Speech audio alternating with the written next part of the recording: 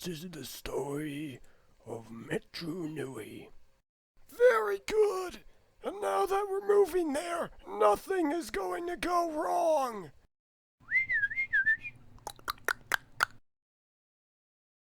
I really don't like you people right now.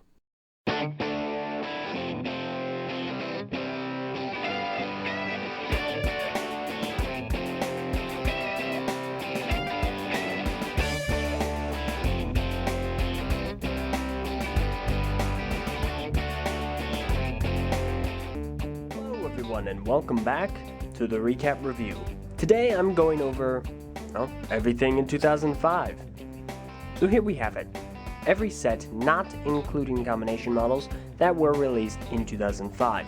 The approximate amount of sets, not counting combination models and the system play sets, is approximately 23. 23 sets were approximately released in 2005, bringing it up by one from 2004. So here we have it, Year of the Hordika, Hero or Beast. Whose side are you on? Well, it's pretty obvious whose side you were on, just you didn't know which side who was on. 2005 went down as being one of the generally highest disliked years of Bionicle.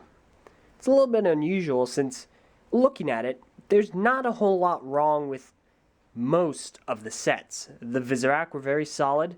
The Hordika was continuing the trend of the new socket and ball joint system that we had seen and thoroughly enjoying the Tometru. The Titans, while they had their flaws, were still very solid sets.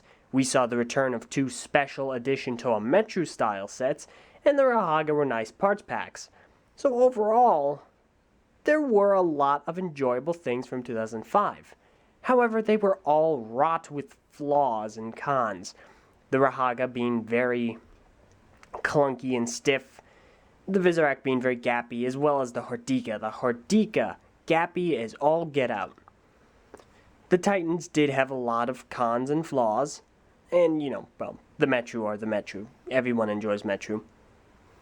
And the year, overall, story-wise, was very dark. The darkest at the time of its creation.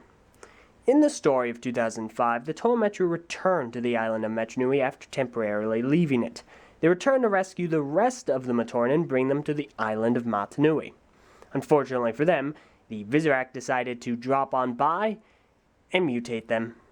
So that was a little bit of an issue. During the course of the story, some of the Tometru end up trying to look for the legendary Kitongu. And then Vakama turns bad, and Greg Farshty doesn't like that, and pretty much nobody else does either. But still, they end up rescuing the Matoran and bringing them back to the island of Matanui, where we start our adventure once again. Overall, not a lot of people liked the darker tone.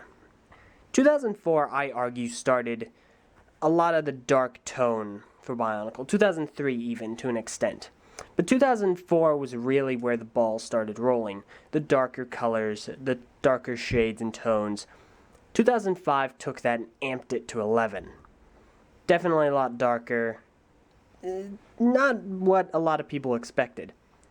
So overall, 2005 was a generally disliked year. Very disliked. But it's what we have.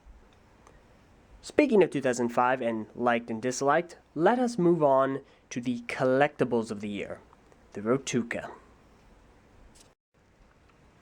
So, here we have 2005's collectible, the Rotuka.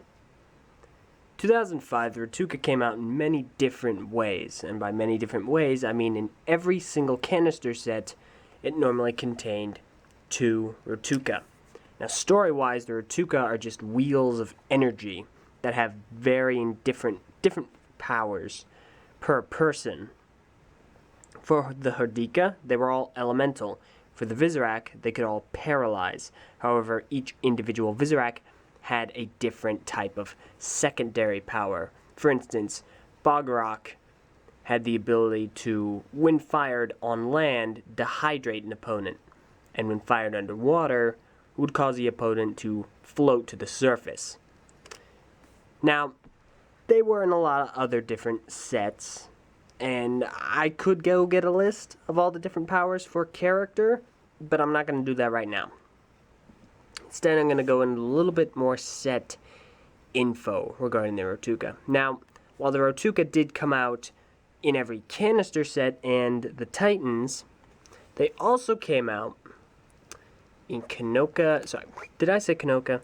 The Rotuka. While the Rotuka came out in every individual set, they also came out in Rotuka packs. Now these packs would contain 5 Rotuka. Obviously there are only 4 here, but still. 5 Rotuka, 1 silver, and 4 others colored. Now there are up to about 12 possible multicolored Rotuka. There are 6 of them in the primary colors of the Hordika, and 6 of them in the secondary colors of the Vizorak. All these Rotuka, they're Rotuka. But the silver Rotuka came with a code. There we are. And I believe that the Hordika and the Rahaga also had these codes on the sides. However, it may just be the Rahaga. But these codes, I'm not sure what it says. Don't ask, I'm not even going to guess. But you enter them into the Kanoka Club on BIONICLE.com, and that would unlock things. So you have it. Those are Rotuka. Cool codes, neat little collectibles. Very easy to get your hands on. And they work well. So that's about it. That has been 2005. What an interesting year. Ups and downs, definitely. But it is a year Bionicle that was interesting no less. I'm going to go on a little bit of a break now, but before that, I will go ahead and go over the flashback years, 2004 to 2005. And after that, I'm going to go on a break. But after that break, just you guys wait, because we're just amping it up. Thank you all very much for watching. I hope you've all enjoyed these reviews. And if there's anything that I may have forgotten or missed, please let me know. Thank you all very much for watching, and I shall see you next week. Adios.